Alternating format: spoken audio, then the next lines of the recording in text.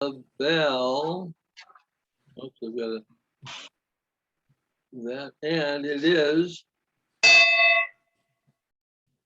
Welcome everybody to the E-Club of World Peace on September 7th. Sounds like a nice round number. And welcome. We have a wonderful evening to talk with Peter Meisen, and he's going to really share some wonderful ideas and experiences he's had in some work, major project that he's involved in. And I just want to take a moment and see if, well, just to say, whoever may have watched the United Nations High-Level Forum on the Culture of Peace today, I watched most of it through the day. And it's really quite something that nation after nation, the representatives of the ambassador, are talking about the critical nature of the culture of peace, and having that is a theme that is emerging very importantly around the world, that it covers all things around peace and peace building that people are doing.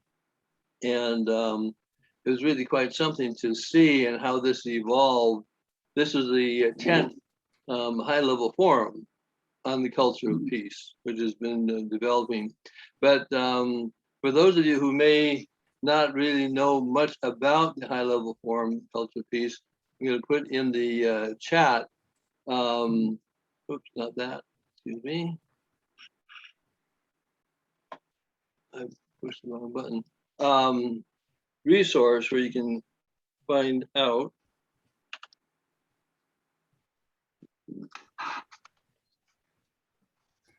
So the where the actual declaration from the United Nations, the 1999 declaration, is for the full information.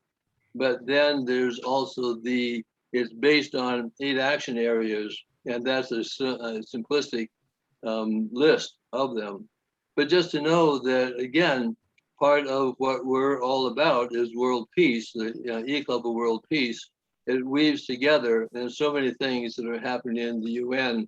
And as you're saying, Carol, that the Rotary has a huge history with the United Nations and focus on peace and peace building. So delighted to continue to do our work together. So Rudy, please go. Okay, thanks, David. Now I'll go through the introductions here. Dee, join us. Dee, great to see you. Marcia is with us in between her college football with Fox Sports. Marcia, great to see you. Thank you. And go Georgia, or Clemson, I guess, whichever side you're on. That was a good game, though. Marilyn, great to see you. Lorian, glad you got your camera working. Good to see you. Brian is keeping us peaceful from Ojai. Arthur's keeping us peaceful from close south of the border, I think. So, Arthur, great to see you. Down here in Baja, Mexico. There you go. The beautiful ocean here. There you go. Hey, Peggy's got back from Western tour. Peggy, great to see you. And Peter's going to be speaking tonight. Good to see you, Peter. Denise is on. She just got through moving from California Eastern. So, Denise, great to see you. Anne, good to see you. Or here, Sorry about the video. I'm in the kitchen again, and I don't have a camera on this computer, so we're I'm going to see enjoying the meeting. We were going to see what you were going to cook for us. So. Yeah, right. David Churchman, good to see you. Yep. Vanna, how are you tonight? Doing good. There you go. Tim, great to see you. Girls out in nice, cool Palm Springs area. Probably on 120 over there today. And Julie and John Dar are camping out in their backyard. So having a moonlight rendezvous up there, I guess. So enjoy the nice camp out in the backyard. Josiah, good to hear your voice there. You're driving around. He's 24/7 service to the world. Gabe, good to see you on with us. Where are you joining us from, Gabe? Hi, I'm joining you from very close to Arthur Canagis. We're in Rosarito, Baja California. I'm past president, co-founder of the Rotary Club of La Misión. Super. Welcome. Thank you. Michael Corbin's on. Michael, how are you? Fine, how are you? Good. I think Lisa's on by phone. I am Rudy, 212 number. So Hi, you're- I am alive from Lake Tahoe. Yeah, I was wondering why you wanted to move into a fire area, but Well, it's like having a baby during a hurricane. It was planned a long time ago. I didn't know there'd be fires, but all is well here in Lake Tahoe. okay. Doing I'll well. Good to hear you. be safe there. Yeah, Thank send us you. your new address and everything, would you please? I will, sure, of That's, course. that's super. Our newest member here, Joanne. Unmute yourself, Joanne. Ooh, there she goes. Evening, everyone. Yes. Hey, welcome. Greetings from Washington State. Good. Bud, where are you joining us from? You're muted, Bud.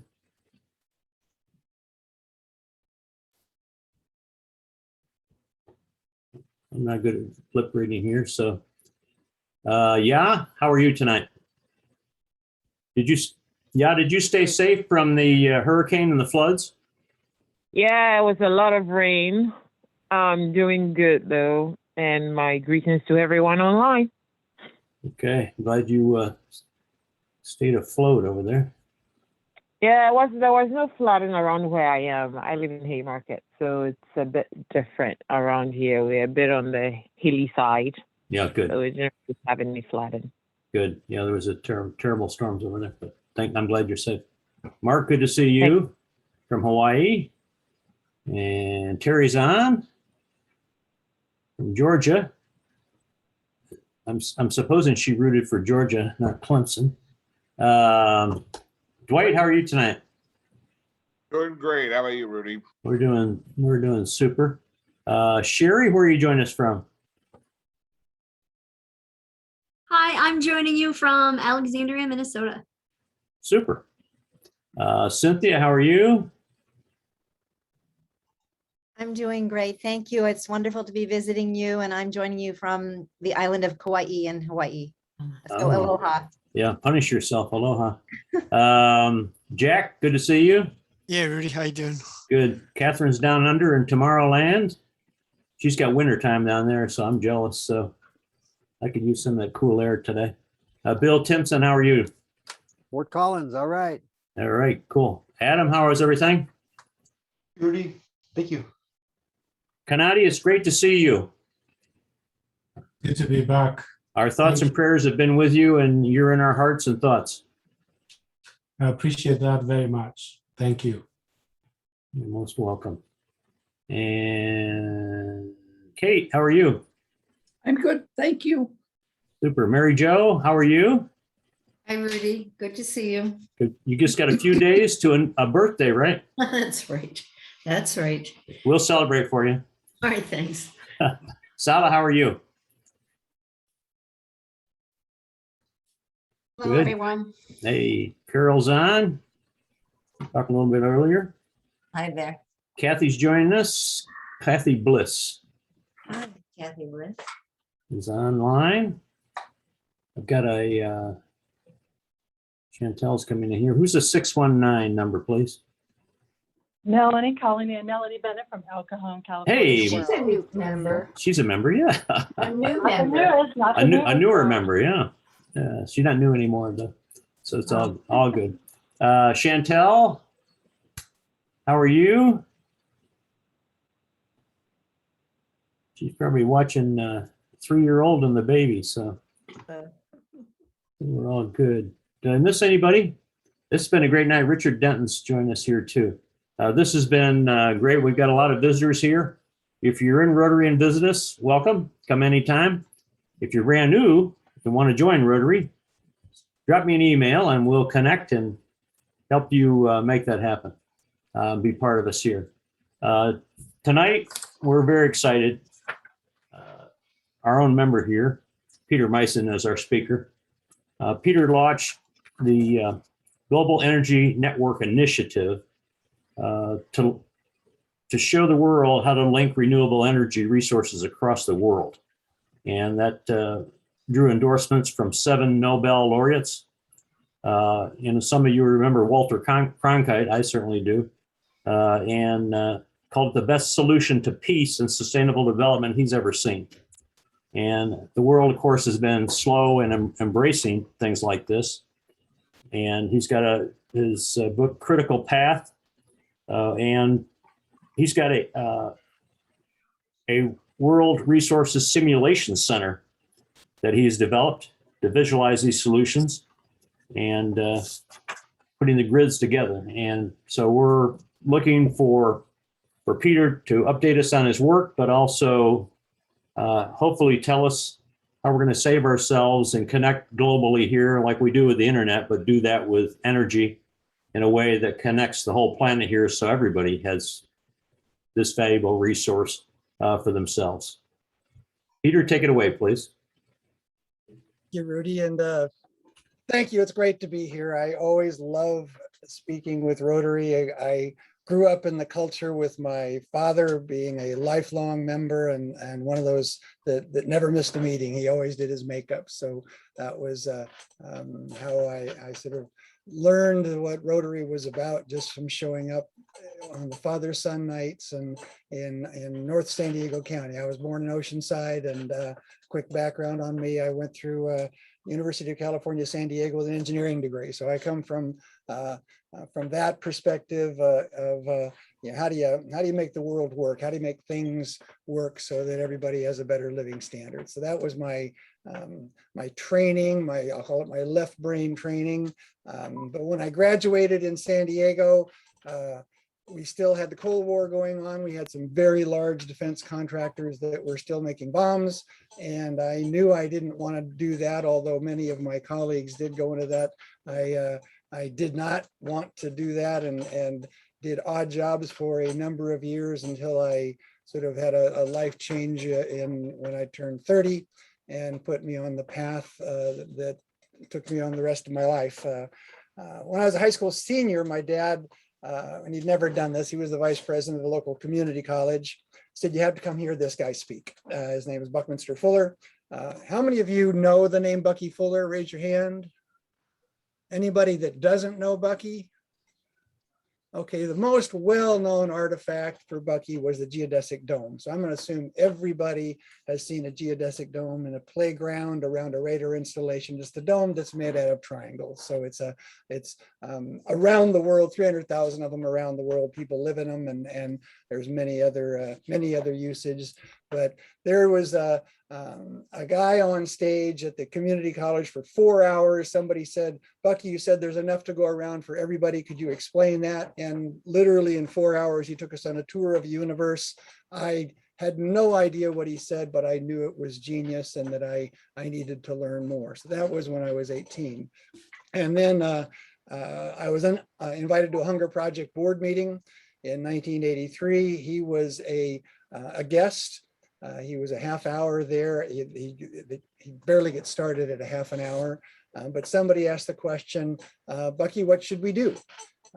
Here was a guy who looked at things globally, and he never really answered directly. He would say, look and see what's wanted and needed in the world that's spontaneously arousable in you.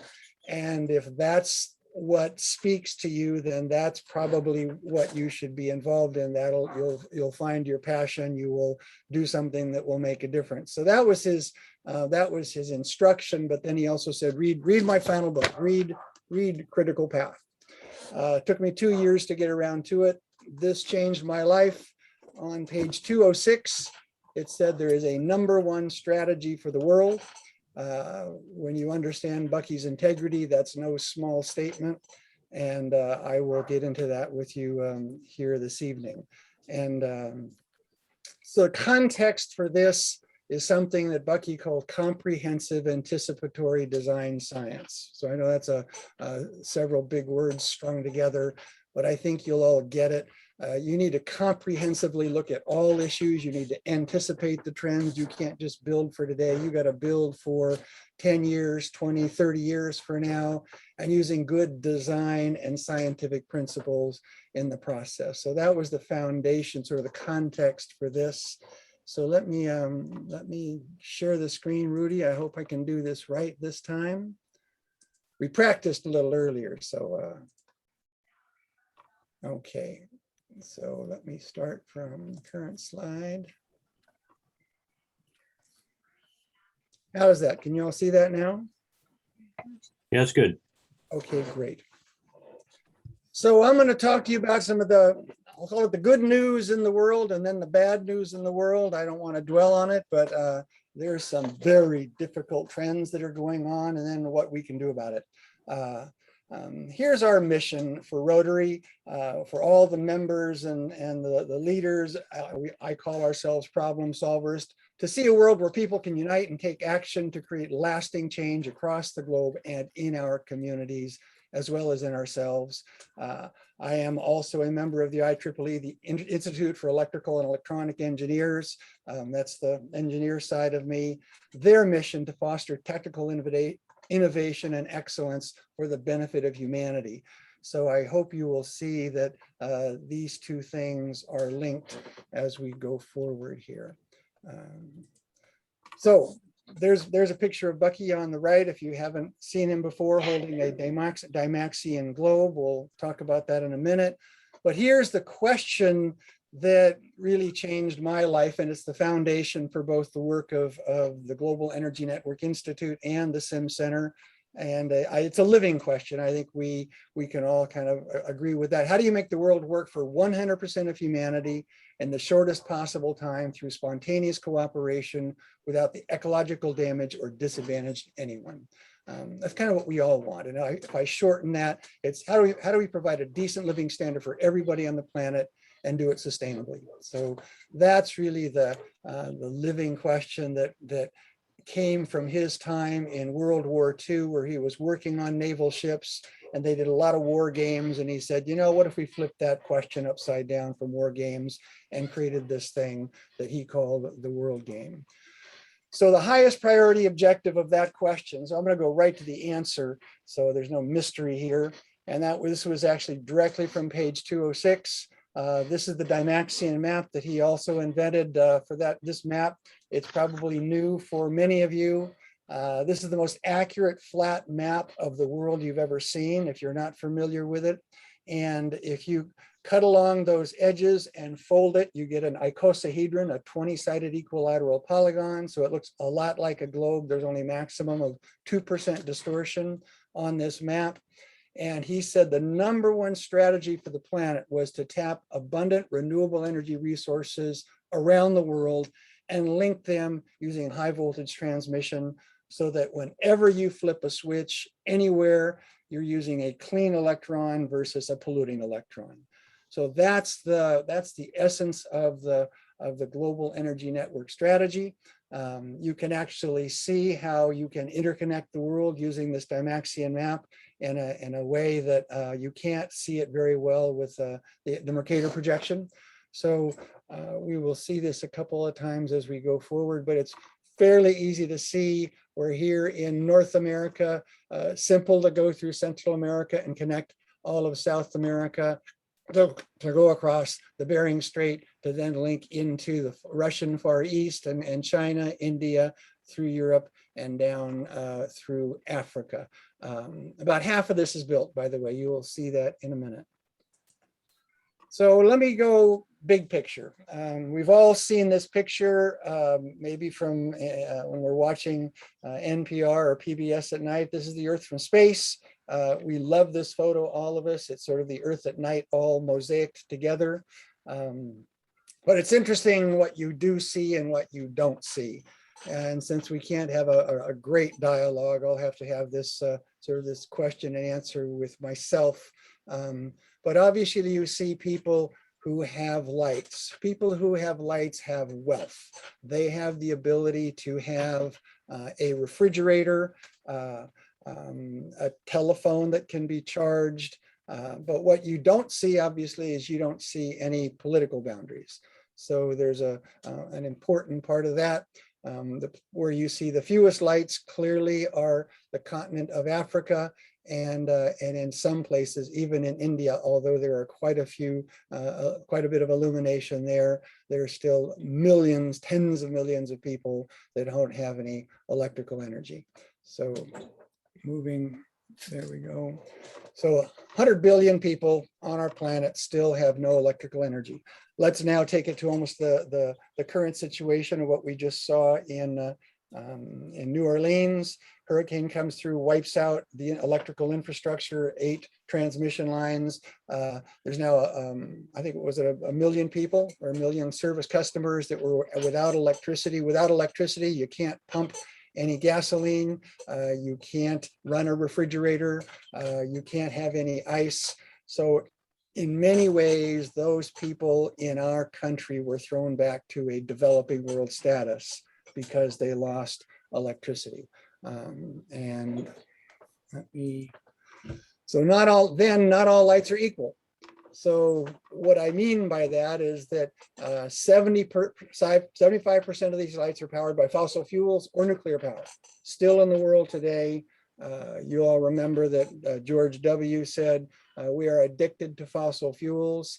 He was right, and we still are. That create a long-term atmospheric and toxic pollution on our planet. So that's the reality. Is we are still a fossil fuel driven world. And then also some of that coming from nuclear energy, which has a whole different set of long-term challenges. But there are renewable energy leaders in the world. So what I want to make sure that everybody realizes is that's not our fate if we chose it. There are several nations that have already gone down this path and are almost 100% clean energy in their production. The one that I visited, which was outstanding, was Iceland. If you've ever been there, it's a great small island nation, only 300,000 people, with an abundance of geothermal and renewable hydro energy. So they have a high voltage line all the way around that island that then hooks up into mostly to Reykjavik, which is where most people live. And they power everything with renewable energy there. And we did visit the president's house, and he said, let me show you a picture 50 years ago, what Iceland looked like. And it was a black smog over the top of Iceland because they imported all of their fuel from other countries, and they burned coal like almost every other nation did. And they chose to then, over 50 years, tap their own abundant source of renewables, which was hydro and geothermal. And now they're 100% renewable on their island. And they're even starting to electrify some of their buses using hydrogen fuel. Norway is 99%, Canada 60%, Costa Rica is 99%, Uruguay, little Uruguay, 95%. So when people tell me you can't keep the lights on from renewables alone, I go back to this image and I say, yes, you can. You do have enough renewable potential in every continent to keep the lights on 100% of the time. And we'll show you that again in just a minute. Where's that little arrow? There we go. So here's the system in the United States, the high voltage transmission system in the US. We kind of have a Western grid, an Eastern grid, and a Texas grid. So let's go back, was it a year ago when we had the frost that came in Texas and it knocked out their grid. The reason they couldn't keep the lights on there was because Texas, in its own unique way, has decided to have an independent electrical grid called ERCOT because they didn't want to be overseen by the federal government. And so they only have minor interconnections to these other 2 major systems. And when they couldn't get any backup power from any of these other utilities in other states, the grid went down. It was not a fault of wind power. It was a fault of bad long-range planning from their system planners because they decided to be an island. None of us are an island in this system. All of us are interconnected. If I go back a few slides, every one of those 99.9% of the lights you saw on that Earth at Night map are interconnected with a grid underneath. High voltage lines, you've seen them along the freeways and along the byways. That's how we deliver electrical energy around the world. So is there enough? That question always comes up, well, is there enough renewable to meet all our needs? So this is a map that was produced by a group called Desert Tech.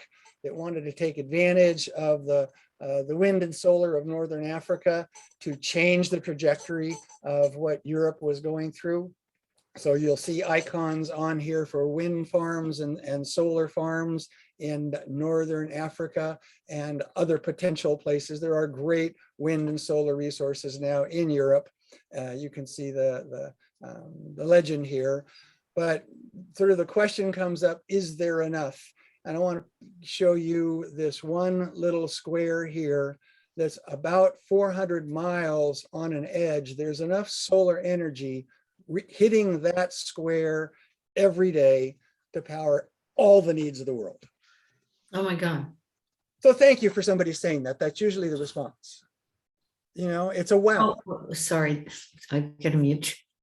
Mary Jo, that was perfect. That's usually the response. People go, oh my God, how did I not know that?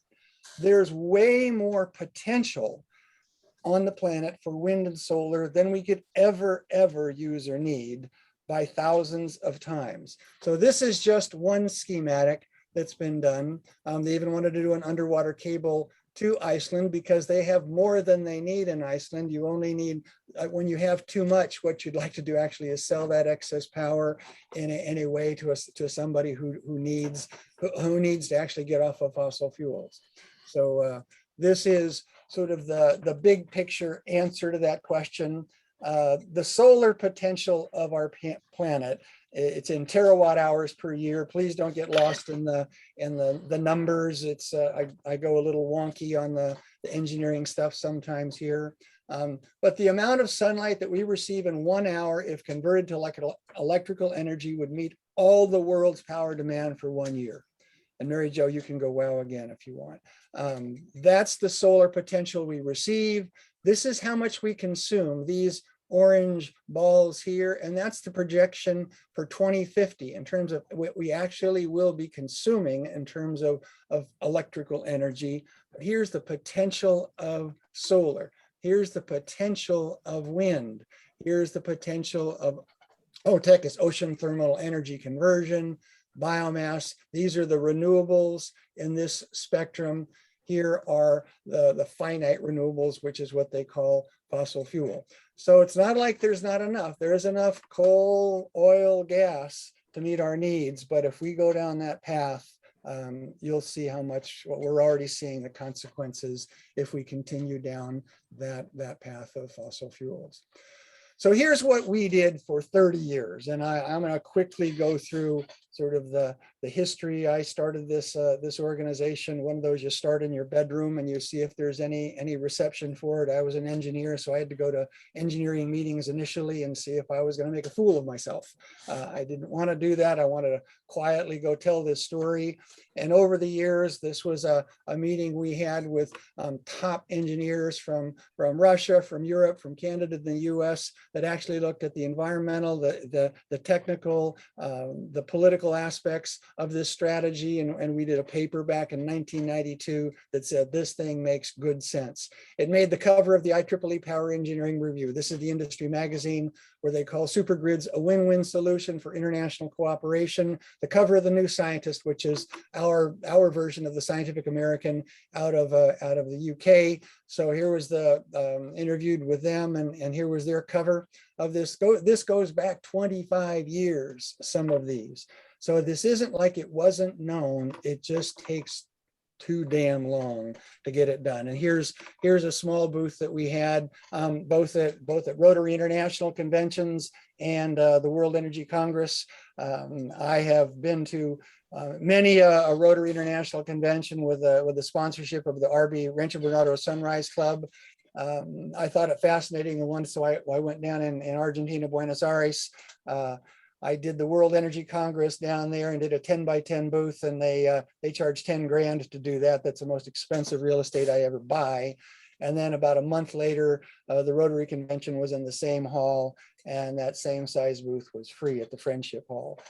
Exact same story, but Rotary is sort of the United Nations for business people.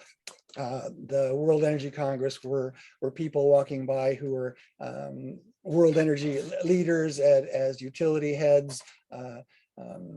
engineers from around the world that I knew. Those are the people that have to pencil this out and make sure it's gonna work, it's reliable and feasible, so that we have lights essentially 99.9% of the time for most of us. So that's the quickest summary of what we did. So here's the good news. Renewables are now winning. And that's, if there's a really exciting story over the last decade, is that renewables are now capturing the bulk of new generation capacity in the world. So I told you that 75% of the installed capacity of the world is fossil fuels. But if you look at what we're adding in terms of new generation capacity every year, this is 2017, renewables got 60%, fossil fuels got 40%. Last year, renewables had 80% of the new generation capacity on the planet. So people are just no longer building coal-fired power plants, nuclear power plants, because they're just not economically viable anymore. And there's clearly a lot of pushback from many people around the world. You almost cannot build another coal-fired power plant in the United States any longer, just because there's so much pushback and we're starting to close them down. And this was it's sometimes hard to get real current numbers in this. You have to wait 3 years to get numbers updated from the IEA, the International Energy Agency. But here were the numbers just from several years ago. In the EU, there were 86% of the new generation was renewable: wind, solar, geothermal, hydro. In the United States, 61%, China, 52%. So you can see it's just, it is winning in the world of engineering competence and financial viability. These things are financed by Wall Street, cost billions of dollars. So that's an important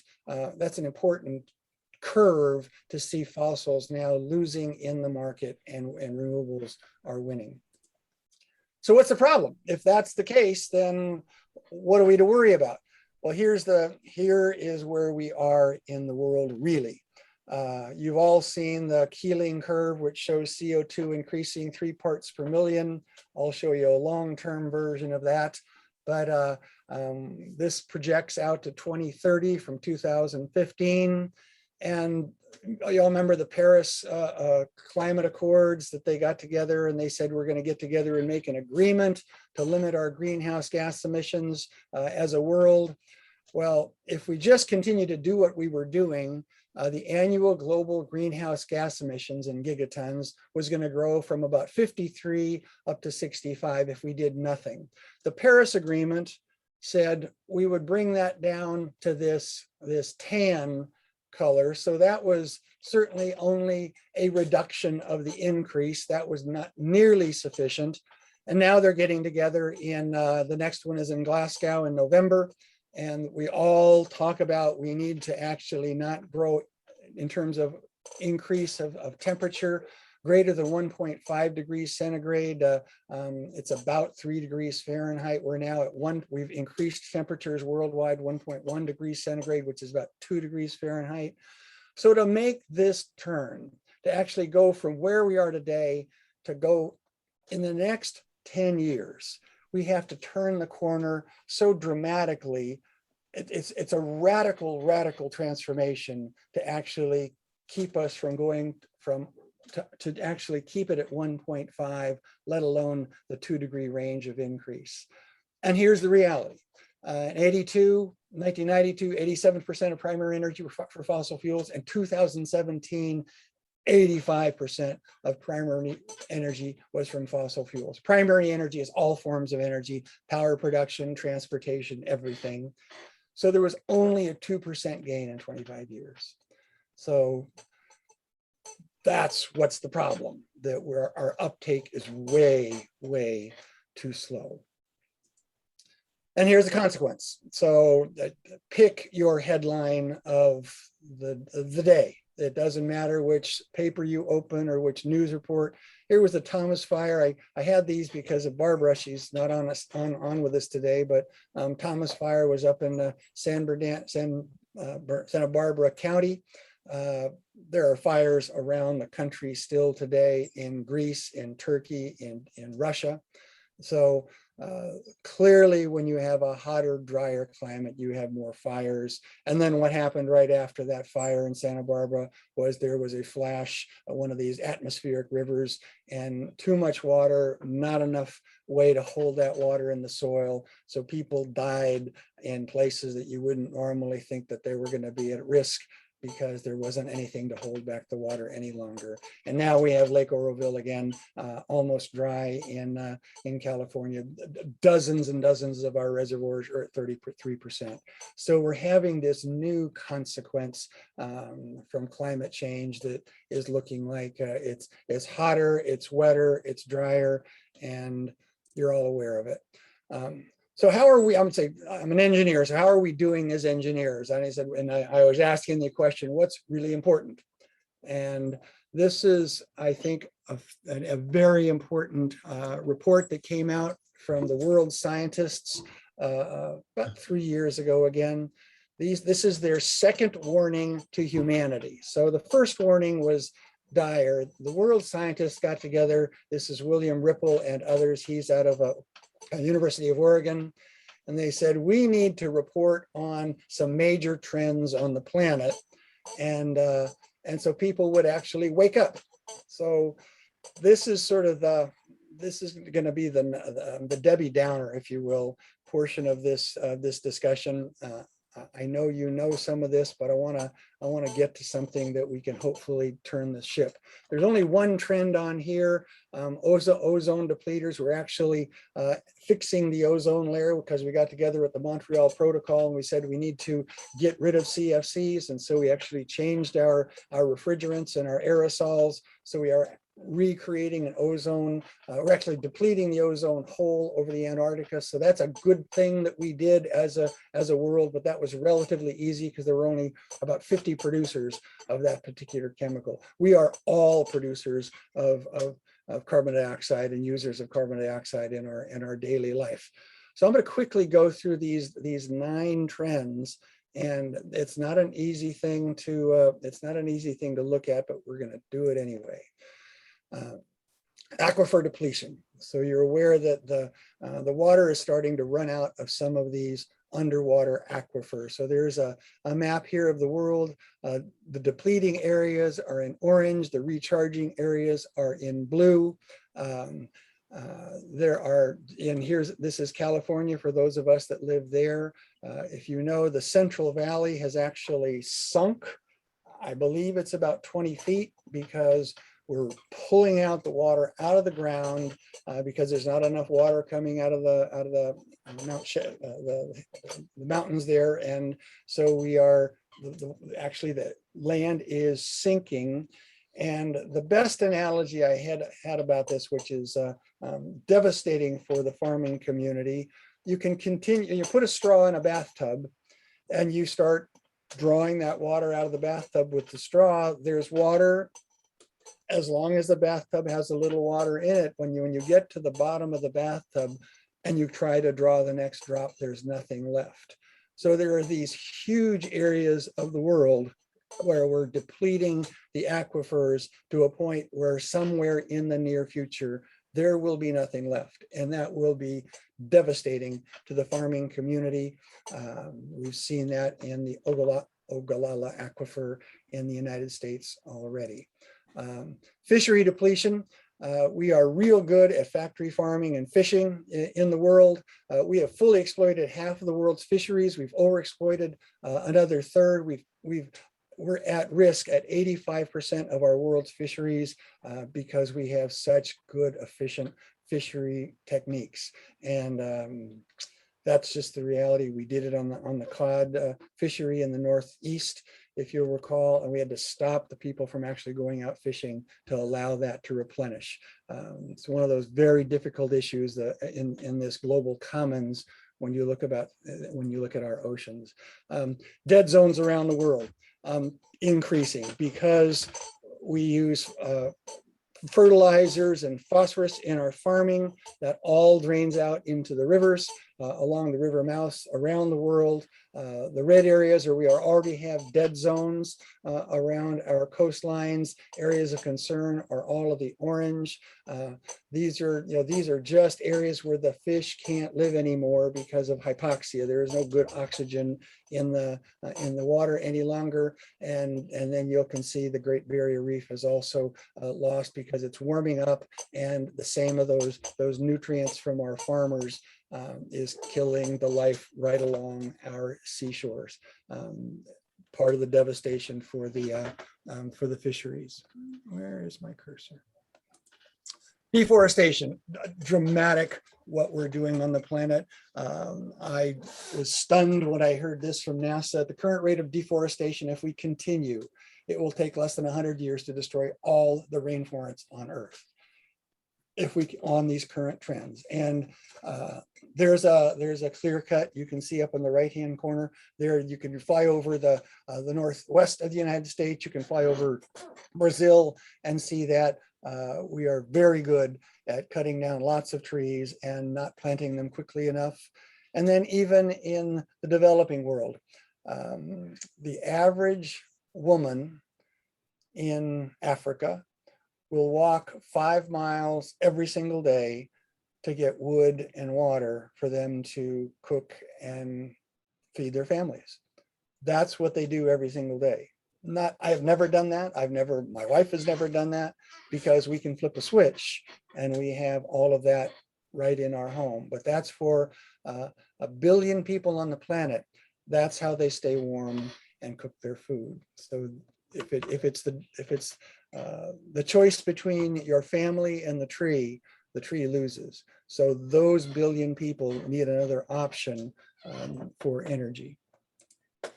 Species extinction, this is again a crisis that we really don't pay enough attention to. We all know about the species extinction from 65 million years ago with the dinosaurs. This goes back millions of years. We've had 5 extinctions way before humans ever existed. There were many extinctions for many different reasons. But we're now in the 6th extinction on the planet. We've lost 60% of the invertebrates on the planet, and it's caused by us. We are really good at developing cities, cutting down forests, creating fossil fuels to warm areas that used to be livable for species. This is what's happening. We are in a species extinction, and if you start losing critical species in that structure, whole systems can fail. So it's not a good outcome. And CO2 emissions. So this is one I paid a lot of attention to and worked on over my career. If you've seen this, this is the study. It was in Al Gore's film. They went back 800,000 years from ice core data. So they can drill down into ice, they can look at the bubbles, they can take the reading of what's in that bubble, those little pockets of air that are in those ice cores, and look at the temperature and the CO2 concentrated. So you can see how these two graphs sort of fit together almost perfectly. When the CO2 concentration goes up, the temperature goes up. When the CO2 concentration goes down, the temperature goes down. So they track one another pretty darn closely. And so if we look at the very far right-hand side of this, we're now looking at CO2 concentrations. This graph ended at 400. We are now, I believe, at 417 parts per million of carbon dioxide. It had never been over 300 parts per million in the last 800,000 years. When I was born, we were at 350 parts per million in the 1950s, and today we're at 417. So it's gone vertical. In our lifetimes, this CO2 emissions has gone vertical because of the Industrial Revolution, because of our ability to gain wealth from having power plants, from having automobiles that run on fossil fuels. We have gotten wealthy on the backs of this. But if you've been to China, it's the most polluted place I've ever been when I visited. And you do need to wear a mask all the time because of that. And the problem is we were the biggest polluter up until 10 years ago, and then China surpassed us. And so the only way we solve this issue is if the US and China solve it together. This is one of those, if we did everything perfectly in the United States, it won't be enough. If China did everything perfectly, it's not enough. And then right after that, by the way, it's India and the EU and Indonesia. So the two critical are China, the United States, and then third is India because of their growth in the world right now. And here's what's happened, and all of you have talked about it in this last few meetings, like how hot is it where you are? Again, from NASA, here's the statistical study of temperature anomalies over 150 years.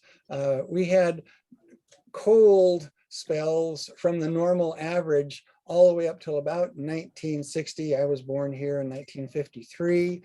And ever since then, with the Industrial Revolution and really expansion around the world, these have been hotter and hotter years ever since.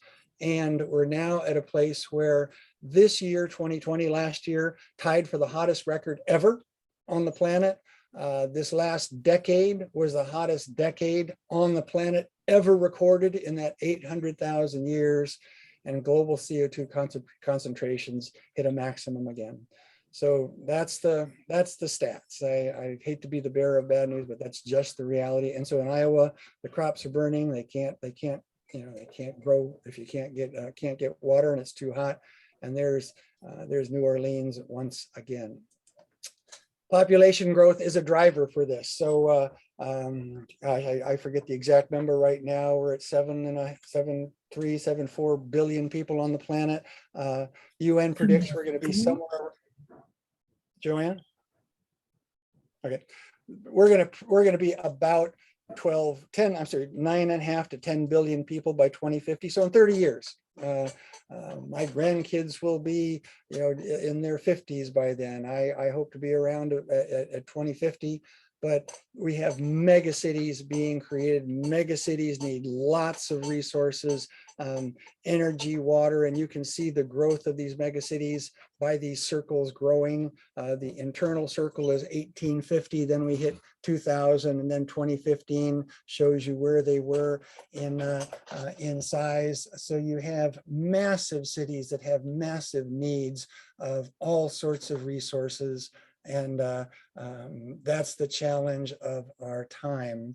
And look at all the wasted time we spent in traffic. So here's my statement. These problems are growing faster than our collective ability to solve them. That they are huge trends that no one individual, no one company, no one country can solve them.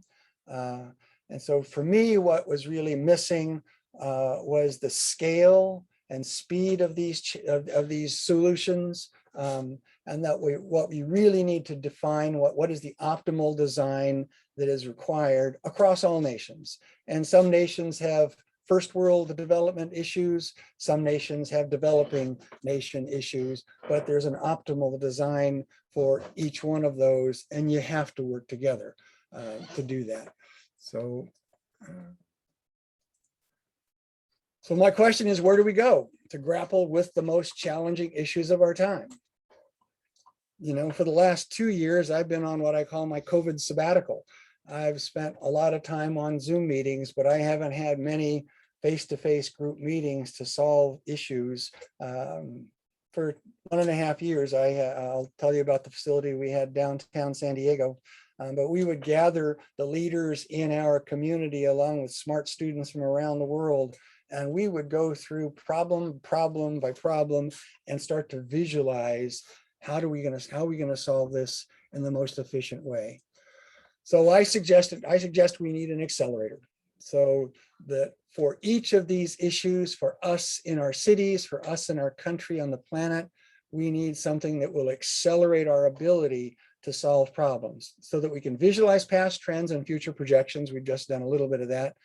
that provides what I call an immersive experience, something that we can surround ourselves with these issues, with the trends, with the projections, with the GIS maps, the layered maps, where we can do collaborative problem solving. The more interconnected we are, we can learn faster together.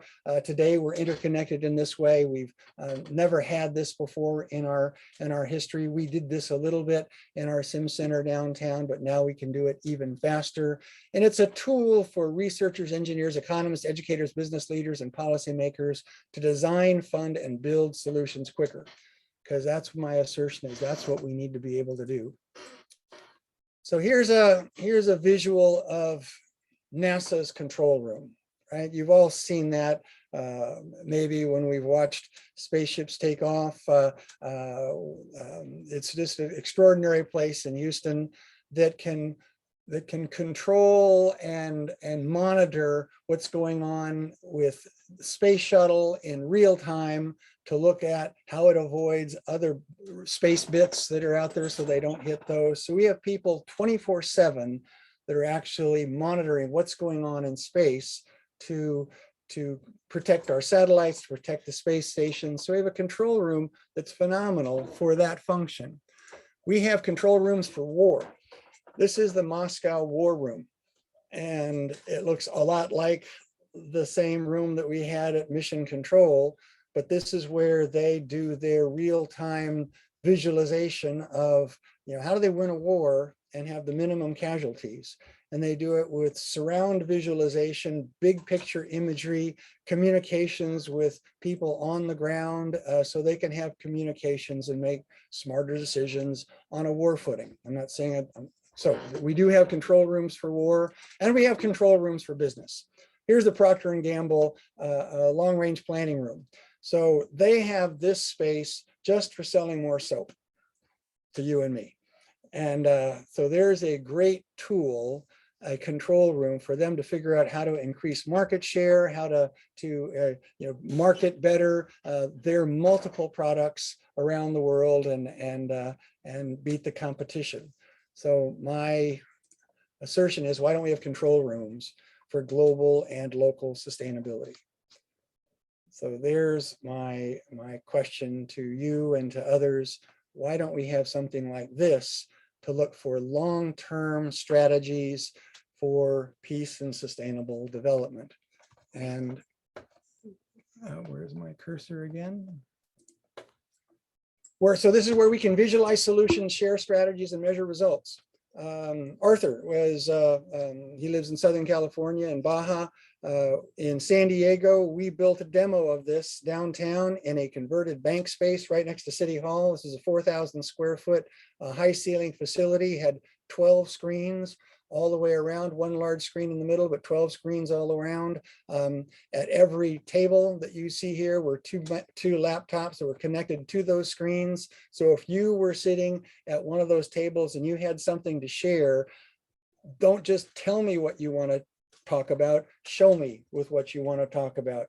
We took a lot of BS out of the system real quickly, because if you couldn't verify it with a credible source of information, then we would move on. We didn't, opinions didn't matter. You had to prove what was your assertion or your solution in this space. So we would get through strategies much quicker. We could look at short-term, medium-term, long-term, short-term costs, medium-term, long-term costs, and do that in a 12-screen environment all the way around the room. And we went through renewables, water sourcing, potholes, affordability of housing, homelessness. San Diego was one of the early cities to commit to be 100% renewable city. We had the mayor and people linked in from around California there on how you can be 100% renewable as a city. That information is also on our Genie website, but that's the kind of work that we did there. And the optimal size was about 20 or 30 people doing that work. This is a presentation that probably had about 40 people in the room there that particular evening. And I had many people come in and said it's the best visualization space they'd have ever been into. Bucky, back in 1969, had a vision for the World Resources Simulation Center, and it looked like this in the bottom and the middle. This is a very large facility. Back in the back of this, you can actually see two people that are standing next to that map. So that Dymaxion map is on the floor. We calculated that's about $1 million floor today to do a digital floor like that. Not an overwhelming number. If I had my vision at the UN, this would be right there next to the UN. It's about a $2 or $3 million facility.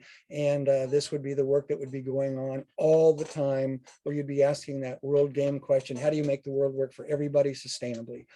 And you do now layered mapping. So some of those maps that we saw, one after the other, you start layering that information. You do time series information on that map.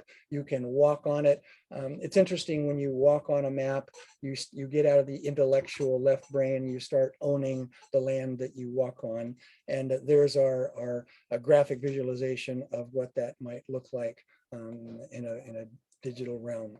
So here's what Bucky said: you can't stick with the same tools that you had to change what we're doing. You never change things by fighting an existing reality. You change something by building a new model that makes the old model obsolete. So I believe this SimCenter tool is a better model for us to make smarter decisions quicker. It was originally proposed for the Montreal Dome in 1967. Some of you have been to Montreal. That dome still is there. It's now run by Environment Canada. When Bucky said, let's put this simulation center into the dome, the State Department said, Bucky, that's a little too forward thinking for us. We don't know what's going to come out. So they put Americana in there instead. So it never got built at that point in time. We say it's more needed than ever. So here's the vision and the mission statement for the World Resources Simulation Center: visualizing sustainable solutions to global and local problems, so we make informed choices quicker. And then my wife always comes in and says, because we're running out of time. And she's right. I would never like to say that, but after this little discussion here, I think we are running out of time on some of these issues. So we need a place to gather, to visualize, to strategize, so that we can make informed choices quicker. So again, I'll state it. We have control rooms for space, war, and business. Why not for global and local sustainability? This would be my optimal facility to work in. So how do we get it done? What is needed?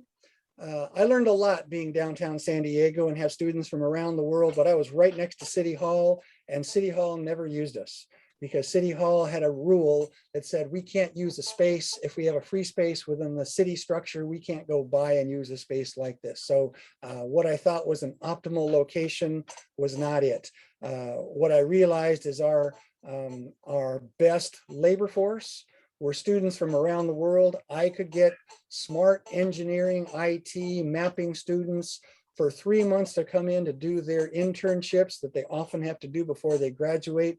They're idealistic, they're computer literate, they want to make a difference. And that's an incredible amount of horsepower and thought. Then you get a bunch of old farts and gray-haired people like us that can meet with them, that have a little bit of wisdom, and magic happened.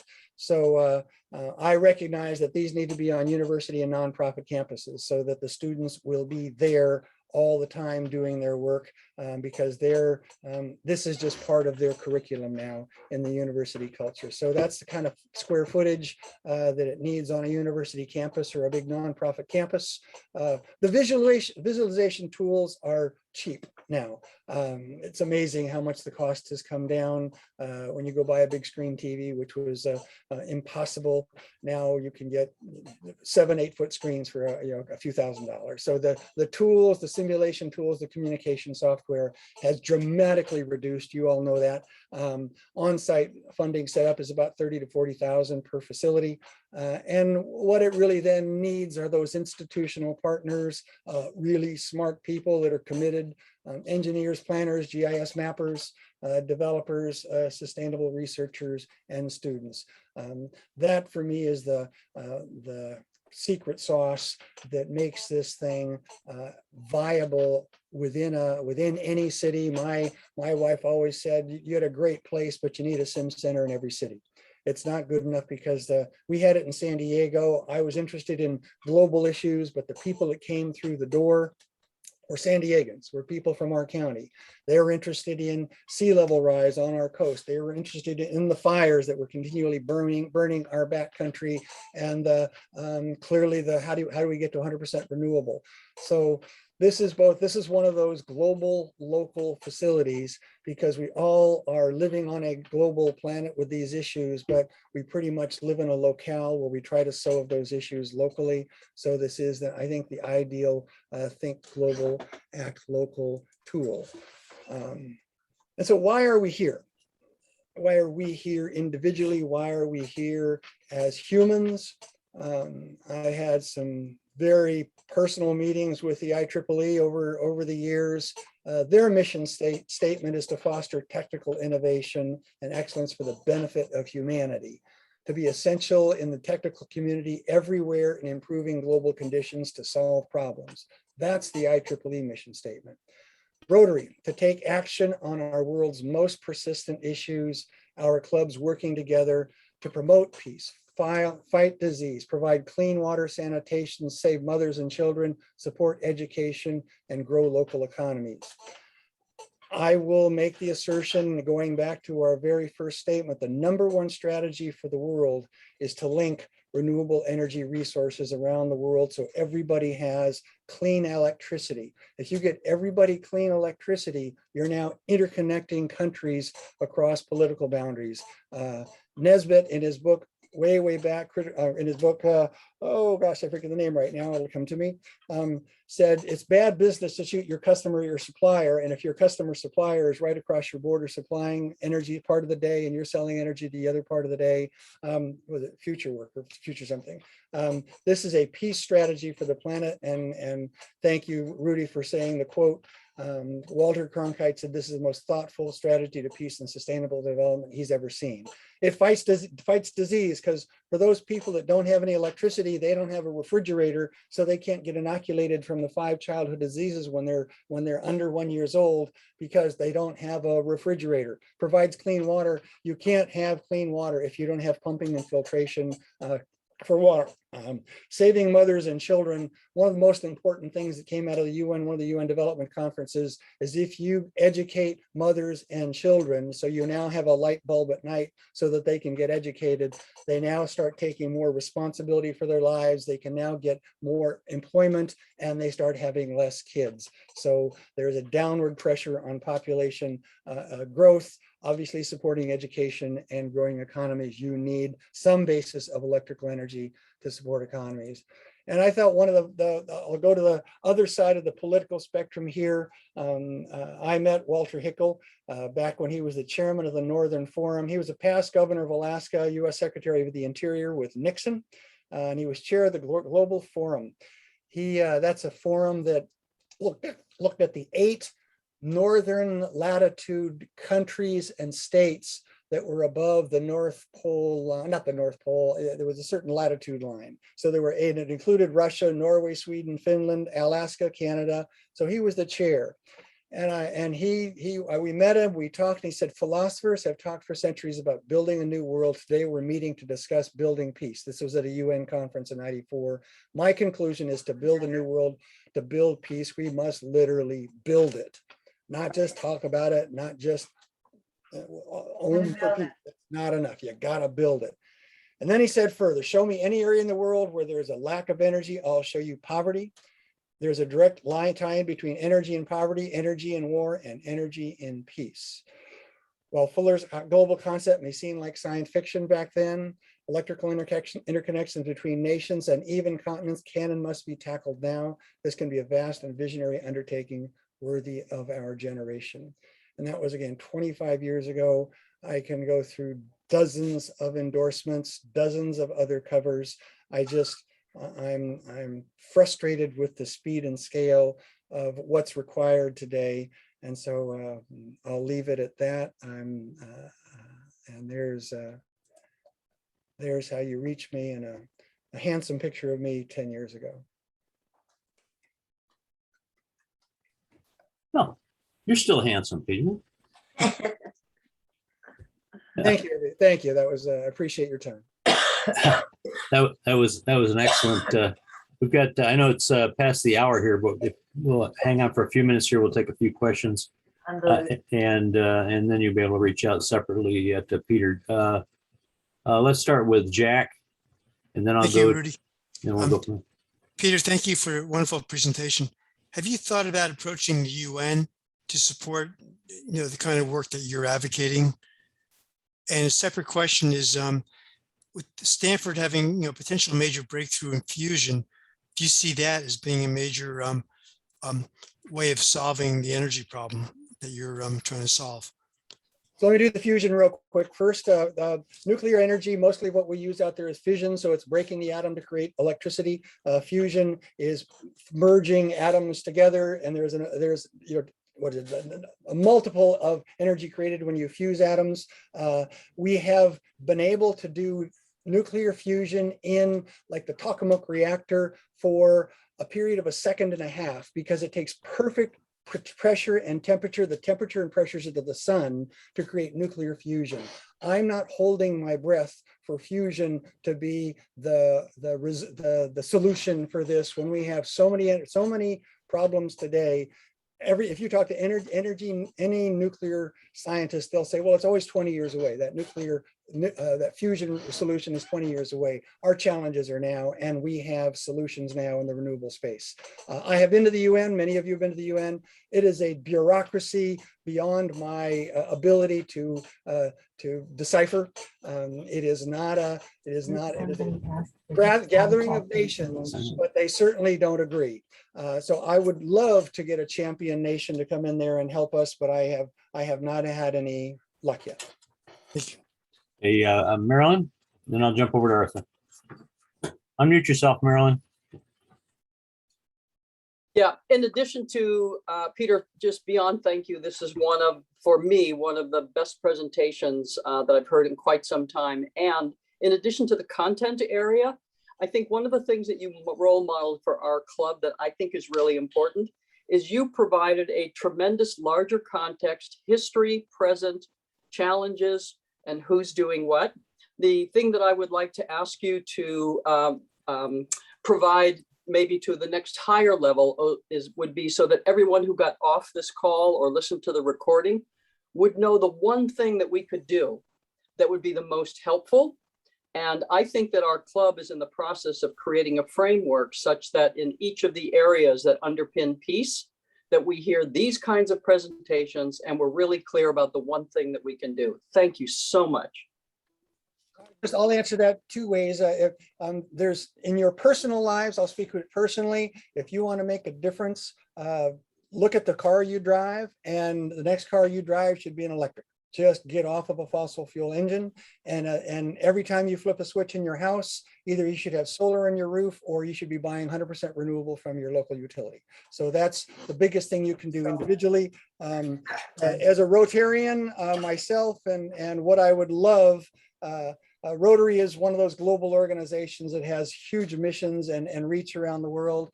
Would I love to see a sim center, a place in Evanston where they had a small sim center to work and visualize these places, these issues? I would love one of those in Evanston, and I'd be happy to go there and set it up. So that's a goal for me. There you go. Arthur, real quick question, real quick. I love that about the sim center. Yes, Gary Davis in our movie appointed you his World Energy Commissioner. And you, like Gary, believed, like Bucky said, that rather than fight the old political order, we just create something new, a world citizen government. I noticed Bill Timpson put that in the chat. Don't we need a new form of government to be able to handle this incredible crisis the world's facing? What do you think about Gary's idea that we, the people, without trying to fight the old system, just get together and create, above the nations that divide us, an interactive global citizen-based government of the world interactively online? Well, clearly we can connect online now, and I'm thrilled with that we could never do before. I have not met most of you personally, so this is an outstanding breakthrough in our ability to communicate. But we still live with 200 nations. I don't think those are going to go away anytime quickly. That we have to work within that structure. So I think it's an and both, Arthur. We want to be global citizens as thinkers. We have to work within the political structure that we have today. We are not the next generation in the terms of getting beyond that culture of seeing boundaries and calling people something else. I have Mexico just two miles to the south of me, and my God, it's horrendous to see a triple border fence that's along that wall. So that's the reality that we live with. But we also have transmission lines that go right across the border to Mexico to sell them and buy power from them. So that's the one thing that power lines can do, is they can transcend those political boundaries. My hand keeps going away. So thank you, Arthur. And Arthur's been, I think, one of the few people that's been to the Sim Center downtown. We had to close it because clearly we couldn't meet any longer. It wasn't as an independent nonprofit, it wasn't viable financially. So we had to, like I said, I'm in my COVID sabbatical looking to see how we can rebirth these facilities in large nonprofit organizations and universities. Yeah. Well, definitely, Gary saw us operating in the current system. In fact, all right, we need to jump here, Arthur. We need to jump here real quick. Mary Jo, and then Gabe. That'll be the last question tonight. Mary Jo. Sure. Thank you very much. I'm completely inspired and want to try to align what you just presented to us to, instead of reinventing the wheel, think a little bit more about how your concept of the power of these networks would relate to the Sustainable Development Goals. Because, as I went down the list of all of the benefits in the relationship to clean electricity, I think it would influence every single one of the Sustainable Development Goals. And I don't think that in the United States, we are utilizing the breadth. I mean, there are a lot of robust metrics and now on those goals. There's no sense in reinventing the wheel. What we need to do is help people to understand that we can actually gain a lot of traction by aligning what we're doing in terms of peace building with the Sustainable Development Goals. Corporations are doing it all over the earth because they're doing it in their sustainability reporting. So my question to you is, do you associate peace building with something like the Sustainable Development Goals, or how do you in your own mind define peace building? Is that a hard question? Absolutely, Mary Jo. I've gone through those 17 goals, and I would assert that at least 14 of them would improve their statistics, their metrics by connecting this global electric energy grid with renewables. It has that a level of impact in terms of getting people out of poverty, to reduce the pollution that's going on with obviously CO2 emissions. So there's a great tie-in with the SDGs. So I totally agree with what you said. Again, it's just the SDGs come out of the United Nations. The United Nations is it's a tough animal, they don't move in lockstep. You have so many rivalries that still exist there. That doesn't mean I want to give up. Like I said, I'd love the full facility, the full Sim Center, that $3 million facility to be on the UN campus if I could. Okay, we're going to jump. Gabe, unmute yourself. A real short question, please. Yeah, thank you for an excellent presentation. Peter, could you please put up the slide with the contact info so I can take a snapshot of it? Sure. Let's see. Yeah, I put his email address in the chat box. Yeah, thank you very much. Is it still there? Yes, it is. Okay. I think that'll take care of that, Peter. You can just add it over to the chat box. Okay. Would be fine. Peter, great job tonight. This is a nice crowd and a good information, and you made us all so happy, and knowing that we're going to fix the world, or you let us know we got a lot to work on yet. So no shortage of opportunities out there. But thank you very much, Peter, for sharing tonight. You're welcome. David, any final words before we close for the evening? Yes, indeed. So you mentioned exactly where we're going next week with creating the framework. We're bringing it home. Next week is going to be club assembly, meaning we're going to be looking at what we're doing. If you recall, most people were engaged over the last couple of months with a call from one member to another, asking several questions. The key question was, please share your thoughts on what will particularly support the engagement and retention of our members. Where's the interest? Where's the juice that we have? Mary Jo Larson and Dr. Kanadi have both received all this input. They're going to feed it back to us. We're going to have a full-on discussion about what it means, where we're going, the choices we want to make as a club. We'll also be moving towards a definition of world peace, because that gives us where we're going. So that's going to be next week. Please join in. Great. Well, thanks, everybody. Thank you. Thank you, Peter. Powerful presentation. Have a nice rest of your week. Be safe out there and stay well, everybody. Thank you. Thank you all. Thank you, Peter. Thank you. Thank you, Peter. Thank you, Rudy. Good work.